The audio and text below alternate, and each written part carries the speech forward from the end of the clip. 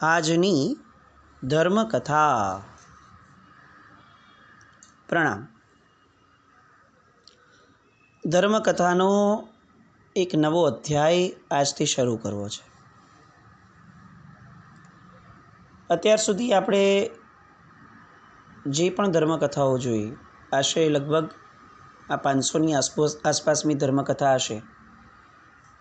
આ ધર્મકથાઓમાં અને આજથી શરૂ થતી કથાઓમાં એક નાનકડો ડિફરન્સ છે. આપણે જેટલી પણ ધર્મકથાઓ જોઈ, એમાં શરૂઆતમાં એ બધી એક એક ચરિત્રની વાર્તાઓ હતી. ત્યાર પછીથી એક રાત અનેક વાત આ મુદ્દો છેડાતા પૂજ્ય જંબુ વિજયજી મહારાજ સાહેબ, જંબુ વિજયજી, એમનાથી ચરિત્ર શરૂ થયું અને આપણે આખી પાઠ પરંપરા, સુધર્મા સ્વામીજીની કમ્પ્લીટ પાઠ પરંપરામાં આપણે પૂજ્ય હીરસુરી મહારાજ સાહેબ સુધી, સેનસુરી મહારાજ સાહેબ સુધી આવ્યા. આ બધી તે મહાપુરુષોના ચરિત્રની વાર્તાઓ હતી. ત્યાર પછીથી આપણે સેનસુરી મહારાજ સાહેબ પછીથી જે ગાળો વચ્ચેનો ગેપ આવ્યો, એ પછીની એક એક અલગ અલગ જે સમુદાયો થયા, એ સમુદાયના નાયક મહાત્માઓની આપણે વાર્તાઓ શરૂ કરી. એટલે એ બધી એક એક મહાપુરુષોના ચરિત્રની હતી વાતો. આજથી જે અધ્યાય શરૂ કરવો છે, એ કોઈ એક મહાપુરુષનું ચરિત્ર નહીં. એ મહાપુરુષોની જે આખી પરંપરા એક પર્ટિક્યુલર વિસ્તારના અન્વયે થઈ છે, એ ચરિત્રના અધ્યાયમાં આપણે જવું છે. એવું કહેવાય છે કે ગુજરાત એ કુમારપાળ મહારાજાની ભૂમિ હતી. ગુજરાત એ અનેક વસ્તુપાળ, તેજપાળ આદિ અનેક મહાપુરુષો, શ્રાવકો, ગુરુ ભગવંતોની ભૂમિ હતી.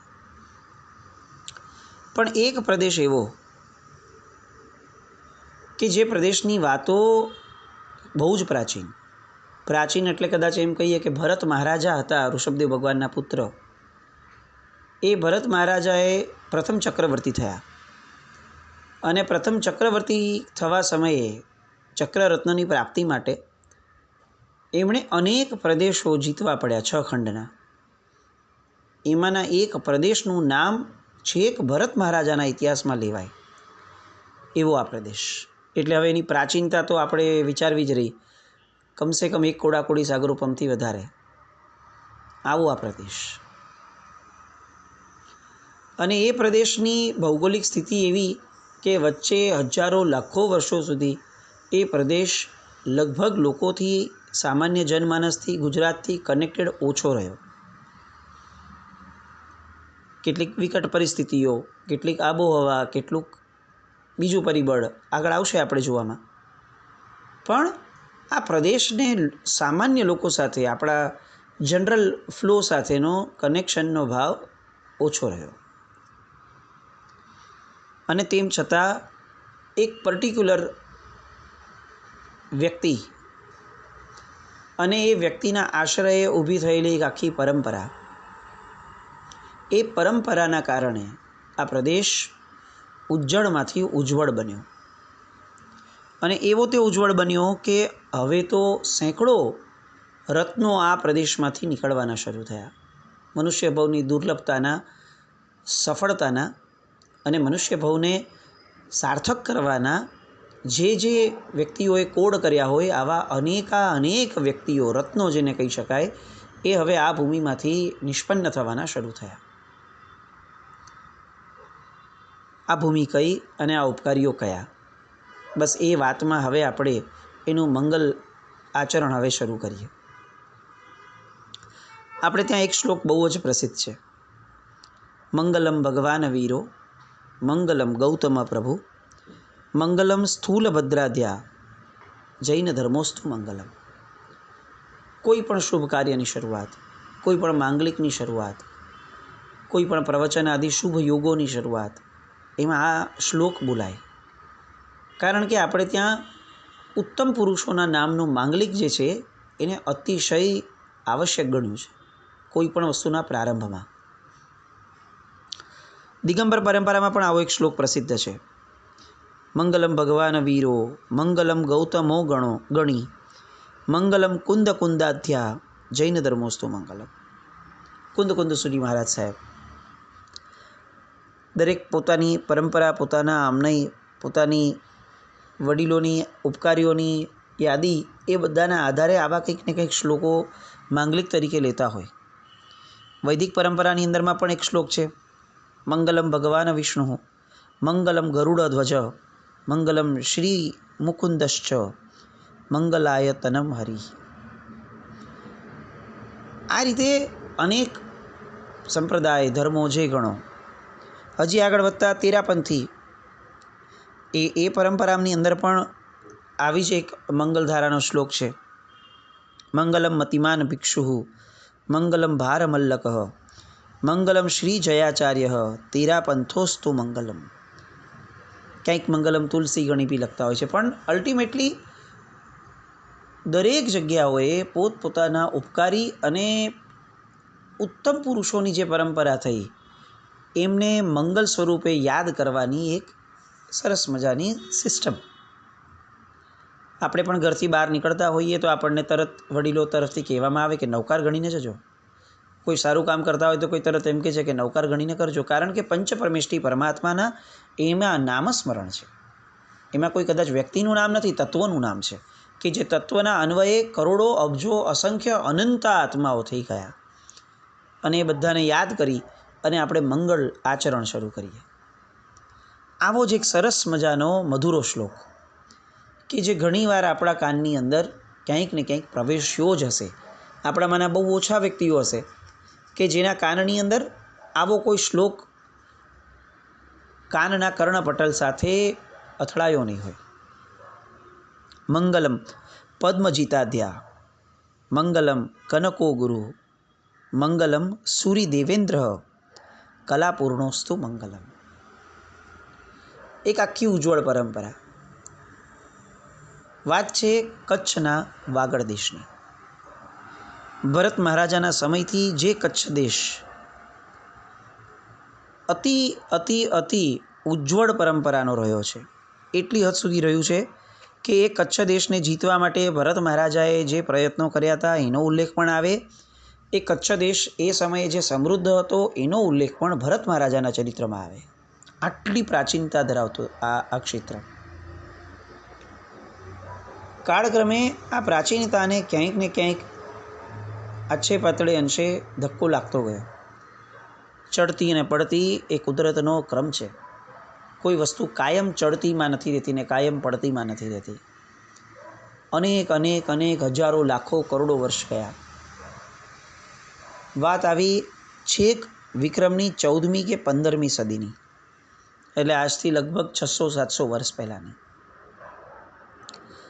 આ સદીની અંદર મુસ્લિમોનું આક્રમણ, આપણે ત્યાં પણ મુગલોના આક્રમણો આપણા દેશની અંદર ભયંકર આવ્યા. ભયંકર આતંકની પરાકાષ્ઠા એટલે આ મુસ્લિમોના આક્રમણો. આ આક્રમણના કારણે એક પ્રજાએ પોતાના મૂળભૂત ક્ષેત્રમાંથી પલાયન કર્યું. એક ક્ષેત્ર હતું રાજસ્થાન. રાજસ્થાનની એક બહુ જ મોટી અને ઉત્તંગ નગરી કહી શકાય. એ નગરી એટલે ઓસિયાજી. લગભગ 2500 વર્ષ પહેલાં પૂજ્ય રત્નપ્રભસુરીશ્વરજી મહારાજાએ ત્યાંના અનેક ક્ષત્રિયો, હજારો ક્ષત્રિયોને પ્રતિબોધ પમાડ્યા. પોતે ત્યાં રોકાયા. આજે પણ ઓસિયાજીની બારે પહાડ છે કે જે પહાડ ઉપર પૂજ્ય રત્નપ્રભસુરીશ્વરજી મહારાજાએ હજારો ક્ષત્રિયોને ધર્મ પમાડ્યો, ધર્મના આચરણો શીખવાડ્યા. અને આચરણો શીખવાડ્યા પછીથી આ બધાની માંગણી થતાં એક સાથે વન શોટ હજારો લોકોને જૈન ધર્મી બનાવેલા. હજારો ઓસવાળોને. એ ઓસિયાજીની અંદર આ ધર્મ પરિવર્તન થતાં હવે એ આખી એક સમાજની, જ્ઞાતિની આઈડેન્ટિટી ઊભી થઈ. ઓસિયાજીમાં આખું ધર્મ પરિવર્તન થયું. તો ત્યારથી જેમણે આ ધર્મ પરિવર્તન કર્યું, જે ક્ષત્રિયોએ, એ બધા ક્ષત્રિયો હવેથી ઓસવાળ કહેવાયા. આ ઓસવાળ લોકોમાંથી કેટલાક ઓસવાળ લોકો ધંધા અર્થે વગેરેથી મારવાડથી આગળ વધી અને સિંધના પ્રાંતમાં ગયા. આ સિંધનો પ્રાંત આપણે બધા પણ અત્યારે પંજાબ, સિંધ, ગુજરાત, મરાઠા આ નામે સિંધને હજી પણ આપણે લોકો ભારતનો ભાગ ગણીએ છીએ, પરંતુ મહત્ત્વનો મહદ ભાગ સિંધનો જે છે એ આજે બી પાકિસ્તાનમાં છે. પણ આ ત્યારની વાત કે જ્યારે પાકિસ્તાનની તો કોઈ પરિકલ્પના બી ન હતી. 14મી 15મી સદી આવી, મુસ્લિમોનું આક્રમણ થયું, ધર્માંતર કરવાની ભયંકર ફરજ પડી, પણ આ બધા લોકોએ પોતાના સત્વને, પોતાના વીર્યને અને પોતાની ધર્મ પ્રત્યેની અપાર શ્રદ્ધાને પોતાના જીવન કરતાં વધુ મહત્ત્વની ગણી. કેટલાય લોકોએ ધર્મ પરિવર્તન કરવાની ના પાડતા આ મુસ્લિમોએ ક્રૂર પદ્ધતિથી આ બધાને મારી નાખ્યા. આ મારી નાખ્યાનો આંકડો 5 આંકડા, 6 આંકડા, 7 આંકડા સુધી જાય એટલો ભયંકર આ મુસ્લિમોએ એ સમયે કહેર આ ભારતની ભૂમિ પર વર્તાવ્યો હતો. કેટલાક ઓસવાળો ત્યાંથી સિંધ ભૂમિને છોડી અને કચ્છ વાગડમાં આવ્યા. ધર્માંતર નહોતું કરવું, ધર્મને પકડીને રાખવો તો જગ્યા છોડી દીધી. ક્ષત્રિયો ઓસવાળ બન્યા હતા. આ ક્ષત્રિયો ઓસવાળ બન્યા પછી પણ એમના વંશમાં, એમના લોહીની અંદરમાં એક તત્વને લઈને આવ્યા છે, ક્ષાત્રવટ, પરાક્રમ. અને આ પરાક્રમની સાક્ષી એ આ મહાપુરુષો હતા કે જે મહાપુરુષો ધર્મ ન બદલાયો, જગ્યા બદલી હતી, પોતે જ્યાં આખી જિંદગીની કર્મભૂમિ તરીકે જેને વસાવી હતી, જ્યાં બધું જ ધન કમાયા હતા, જ્યાં આખો સમાજ વસાવ્યો હતો, જ્યાં પરિવારને ઘર વગેરે સ્થાપ્યું હતું, એક માત્ર નાનકડો જીવનનો ભાગ કહી શકાય ધર્મ, એ જ એમણે બદલાવાનો હતો. પણ એમને મન આ એક નાનકડો ભાગ એટલો મોટો હતો કે વર્ષોની મહેનતમાં વસાવેલા એ ઘર, સંપત્તિ, સ્વજનો બધું જ છોડી દીધું, પણ ધર્મ ન છોડ્યો. આવા આ કટ્ટર ધર્મ પ્રેમી અને દ્રઢ એવા વ્યક્તિઓને આજે વાગડમાં ઓસવાળ આ નામથી આપણે ઓળખીએ છીએ. આ ઓસવાળો આટલી જબરદસ્ત સત્વની વારસાની પરંપરાઓ લઈને જન્મ્યા છે. આજે વાગડના ઘરોની અંદર જો આ વાતો પોતાના નવી જનરેશનના બાળકોને કરવામાં આવે કે તમે કેવું લોહી છો, કોના વંશજો છો, દરેક જગ્યાએ જરૂરી નથી કે આપણે મોટા મહાપુરુષનું નામ આપીએ કે જો આપણે એના વંશજ છીએ. આ બધા અનામી મહાપુરુષો હતા કે જે લોકો સિંધ પ્રાંતમાંથી ધર્મના માટે પોતાનું બધું છોડીને નીકળી ગયા. આ વાતો, આ વીરતા ભર્યા પોતાના પૂર્વજોની વાતો જે ઘરોમાં થાય એ ઘરોની અંદર ક્ષાત્રવટ ન પ્રગટે તો આશ્ચર્ય. આજે માઇકાંગલી જનરેશન જન્મી રહી છે જેને કોઈ ગૌરવ નથી પોતાના પૂર્વજોના પરાક્રમોનું, પોતાના ધર્મનું, પોતાના સમાજનું. એ બધા માટે આવી ઉજ્જવળ યશોગાથાઓ એ ખરેખર સંભળાવવા જેવી છે. કેટલાક વખત માટે એ લોકો વાગડની રાજધાની એ સમયે કંથકોટ હતી. એ કંથકોટની અંદર રાજ્યનો આશ્રય મેળવીને રહ્યા. પછી પાછું એમ થયું કે હવે આ રાજા સાથે બહુ ફાવતું નથી, એટલે કેટલાક વર્ષો ત્યાં રહ્યા પછી ફરી પાછા આગળ વધ્યા અને વાગડના લાકડિયા વગેરે ગામોની અંદર એ લોકો વસ્યા. અને કેટલાક ગામોના નામ આવે છે કે જેમ કહેવાય છે કે જે ઓસવાળોએ જ નવા ગામો વસાવ્યા. મનફરા, ભરૂડિયા, સામખિયાળી, આ બધા. સામખિયાળી નામનું એક ગામ, આ ગામ માટે તો ગામનો ઇતિહાસ સ્પષ્ટપણે આવે છે કે આ ગામ તો 101 વર્ષ પહેલાં જ લાખા છાડવા નામના એક ઓસવાળે અને ત્યાંના એક આહિરભાઈએ મળીને વસાવ્યું હતું. એટલે આ વાગડના લોકો, જે લોકોના પૂર્વજો આવા હતા પરાક્રમી, લગભગ આ બધી ઘટના જે છે લાકડિયા, મનફરા, ભરૂડિયા, સામખિયાળી વગેરે ગામોની અંદર એ લોકોનું વસવાટ કરવાની એ વિક્રમ સંવત 1566ની આસપાસમાં બની હતી. એટલે આજથી લગભગ એમ કહી શકાય કે આપણે 500ની આસપાસના વર્ષો પકડી શકાય. આ એક અસ્તિત્વ નવું ઊભું થયું. અને હવે આ અસ્તિત્વની અંદર જે મહાપુરુષો થાય છે, આ આપણે પૂર્વ ભૂમિકા એટલા માટે લીધી કારણ કે આપણને ખબર પડે કે આ વાગડ ક્ષેત્ર જ કેટલું પરાક્રમી હતું. આ વાગડ ક્ષેત્ર જ કેટલું ફળદ્રુપ હતું. અને આવા આ કચ્છ વાગડનું એક ભરૂડિયા નામનું ગામ, રણના કિનારે આવેલા આ ગામને વાગડ સમુદાયનું વૃંદાવન કહી શકાય એવું આ ગામડું. ભરૂડિયા નામ પડે ને આપણને અનેક મહાપુરુષો, અનેક ઉત્તમ પુરુષો જેમને દીક્ષાઓ લીધી એ આ ભરૂડિયા ગામના તરત જ આપણને ગુણગાન ગાવા માટે પ્રેરે. વિક્રમ સંવત 1866 અને ઈસવીસન 1810ની આ વાત. ઓસવાળ વંશની અંદર સત્રા ગોત્ર અને આ ગોત્રની અંદર થયેલા રૂપાબેન અને દેવસીભાઈ, એમના ઘરે ભરૂડિયાની અંદર એક બાળકનો જન્મ થયો, જે બાળકનું નામ રખાયું પરબત. વાગડ દેશના પર્વત સમા આ પરબતભાઈ. આખું વાગડ જીવનની અંદર કંઈ પણ ભૂલી શકે, પણ એક વ્યક્તિને ન જ ભૂલી શકે એવા ઉજ્જવળ પરંપરાના મૂળ સમા આ પરબતભાઈ. જે પરબતભાઈ પોતાના જીવનની અંદર ખેતી વગેરે, ઓસવાળોનો મુખ્ય ધંધો અહીંયા ખેતીનો રહ્યો. કપડાં એવા પહેર્યા હોય એ સમયે, આ 1800ની એની આસપાસની, પહેલાંની 1566 પછીની વાતો, કે કોઈને પણ જોઈને લાગે નહીં કે આ જૈન ધર્મી હશે. કદાચ એવું કહી પણ શકાય કે વર્ષોના વર્ષો સુધી જૈન ધર્મ સાથેનો તાદાત્મ્યનો ભાવ એ બહુ જ છૂટો થઈ ગયેલો. ઓલમોસ્ટ એ કટ ઓફ જેવી સ્થિતિમાં હતો. ખાલી એટલું છે કે એક સંસ્કાર રૂપે ખ્યાલમાં હતું કે અમે જૈન છીએ. આ પરબતભાઈને ખેતી કરતાં કરતાં એમના જીવનમાં એક ઘટના બની. આ ઘટના આપણને પણ બહુ જ સરપ્રાઇઝિંગ અથવા શોકિંગ લાગે એવી ઘટના, કે કોઈ વ્યક્તિની સંવેદનશીલતાની પરાકાષ્ઠા કેવી હોઈ શકે. આપણે સાંભળ્યું છે કે કોઈ વ્યક્તિને વૈરાગ્ય થયો, એમના ઘરમાંથી કોઈએ દીક્ષા લીધી હતી એટલે વૈરાગ્ય થયો. એનાથી હજી આગળ વધીએ તો એને કોઈ દીક્ષા જોઈ હતી ને વૈરાગ્ય થયો.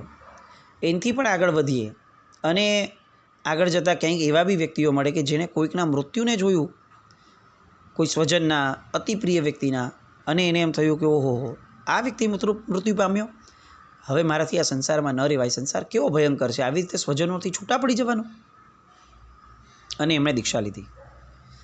ક્યાંક કોઈક એવા પણ દ્રષ્ટાંતો બુદ્ધના વગેરેના સાંભળ્યા છે કે કોઈકની નનામી, અજાણ્યા વ્યક્તિની નનામી જોઈ અને પણ એમને વૈરાગ્ય થઈ ગયું. પણ આ બધા દ્રષ્ટાંતોને આંટી ખાય એવું આ એક ગજબનું દ્રષ્ટાંત પરબતભાઈનું. પરબતભાઈના ખેતીના વ્યવસાયની અંદર બળદ હોય, સહેજે હોય. આ પરબતભાઈની એક બળદ સાથે થોડી પ્રીતિ, પોતાનો બળદ હતો, વર્ષોથી એની સાથે કામ કરતા હતા. અને આ જમાનો એવો હતો જ્યારે પશુઓમાં પણ જીવ દેખાતો હતો. આજે આપણે એ પરિસ્થિતિમાં આવ્યા કે આપણને આપણો અહંકાર ગવાય ત્યારે સ્વજનોમાં પણ જીવ નથી દેખાતો. પણ આ સંવેદનશીલ વ્યક્તિઓની વાતો છે. અને સંવેદનશીલ વ્યક્તિઓ જ એવું જીવન જીવી શકે જેના ગુણગાન ગાવા માટે આવી ધર્મકથાઓ કરવી પડે. બાકી આપણા જીવન જે રીતે જીવાય છે એ રીતે તો આપણા ગુણગાન તો કદાચ બહુ દૂરની વાત થઈ, આપણી વાતો પણ કદાચ આપણી આવતી પેઢી કરશે તો એ કયા ભાવથી કરશે એ પણ એક મોટો પ્રશ્ન છે. આ પરબતભાઈને એ પ્રિય બળદ, અને બળદનું સહેજે ખેતરની વાડ કૂદવા સમયે એકવાર ખેતરની વાડ કૂદાવવાની હતી. વાડ થોડી ઊંચી હતી અને બળદ જજમેન્ટ નહીં લઈ શક્યો અને એના કારણે બળદ કૂદવા ગયો, પણ કૂદવા સમયે એ સખત ઘવાયો, પડ્યો. ત્યારે પરબતભાઈનું સંવેદનશીલ હૃદય દ્રવી ઉઠ્યું અને એમણે પોતાની સગી આંખેથી આ બળદને કણસતા જોયો. કણસતો એવો આ બળદ છે, એક જશે બીજો આવી જશે, આવો કોઈ ભાવ એમના જીવનમાં ન આવ્યો. અને આ કણસતા આ બળદની વેદના એણે આ પરબતભાઈને હચમચાવી દીધા. અને આ હચમચાવેલા આ પ્રસંગે પરબતભાઈને સુખ અને શાંતિથી જીવવા જ ન દીધા. અને 17 વર્ષની ઉંમરે આ પરબતભાઈએ વૈરાગ્યથી સખત વાસિત થઈ. ફક્ત બળદના મૃત્યુના પ્રસંગના વૈરાગ્યથી જેમણે સંસારનો ત્યાગ કર્યો. એન્ડ બેસ્ટ પાર્ટ ઇઝ, આ એ સમય છે કે જ્યારે સંસારનો ત્યાગ કરવો એ રેયરેસ્ટ રેયર ઘટના પણ ન હતી. એ સમયે સંવેગી સાધુ ભગવાન તો કચ્છની અંદર નહોતા જ, સિંગલ પણ નહીં. શ્રી પૂજ્યો એટલે કે યતિઓની કેટલીક ગાદી, કેટલીક એટલે એ પણ સાવ ઓછી જેને કહી શકાય. એટલે કોઈની દીક્ષા જોઈ હોય, સાંભળી હોય, આવું કંઈ જ નહીં. પૂર્વભવની સાધના, જન્માંતરીય સાધના, આ જે શબ્દ છે એ અહીંયા આ પરબતભાઈને જબરદસ્ત અપ્લાય થયો. કોઈ પણ જાતની પ્રેરણા, પ્રવચન, મહાત્માના દર્શન, મહાત્માના કોઈ પણ પ્રવચન થકી જીવનમાં આવેલો આચરણ ધર્મ, વ્રત, નિયમ, એબ્સોલ્યુટલી આમાંનું કંઈ જ નહીં. ફક્ત બળદના મૃત્યુ અને એના કારણે થયેલો વૈરાગ્ય. અને પરબતભાઈએ દીક્ષા લીધી. એમણે દીક્ષા લીધી વિક્રમ સંવત 1883 એટલે કે ઈસવીસન 1827 1827ની અંદર આ દીક્ષા લીધી પૂજ્ય રવિ વિજયજી નામના શ્રી પૂજ્ય એટલે કે યતિજી પાસે. અને આ યતિજીએ એમનું નામ પાડ્યું પૂજ્ય પદ્મ વિજયજી મહારાજ, જે વાગડ દેશના ઉદ્ધારકોની યાદીમાં મોખરે મૂળમાં જેમનું નામ આવે છે, જેમના થકી આ વાગડ દેશ એ ખરેખર ખરા અર્થની અંદર જીવતો થયો. કારણ કે ધર્મ એ ક્રિયાઓ નથી કરાવતો, ધર્મ એ માણસને જીવન જીવવાની પદ્ધતિ આપે છે. ઋષભદેવ ભગવાન એ તમામ લોકોને જીવન જીવવાની પદ્ધતિ, દરેક ક્રિયાની પદ્ધતિ આપીને ગયા, સંસ્કૃતિ જેને કહેવાય તે. અને એ જ ઋષભદેવ ભગવાનના અંશ સમા આ પદ્મ વિજયજી મહારાજ વાગડ દેશ માટે એક આદ્ય સ્થાપક બન્યા. શુભ જીવન કેવી રીતે જીવાય, જીવનની અંદર તમે ક્યાંય પણ છો, દીક્ષામાં છો કે ઘરમાં છો, શુભતા કેવી રીતે રાખશો, પરમાત્માનું શાસન શું છે.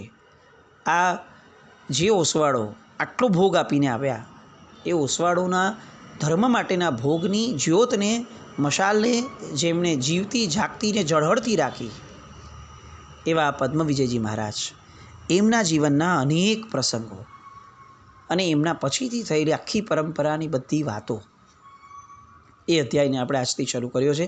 આવતીકાલથી ફરીથી આપણે એ કન્ટિન્યુ કરશું. પણ આ વાગડ દેશ અને વાગડ દેશના આ બધા ઉત્તમ તત્વો, એ બધાને પોંખવામાં, એમની વાતો સાંભળવામાં ક્યાંય આપણે રહી ન જઈએ. આપણા ઘરના નવી જનરેશનના બાળકો એ ક્યાંય પોતાની આ મહાનતમ પરંપરાને ન સાંભળે અથવા એને જાણ્યા વગરના રહી જાય, એવું ન થાય એની ચીવટ આપણે લઈએ. ફરી પાછા આવતીકાલે મળીએ. જીનાજ્ઞા વિરુદ્ધ કંઈ પણ બોલાયું તો મિચ્છામિ દુક્કડમ. જૈનમ જયતિ શાસન.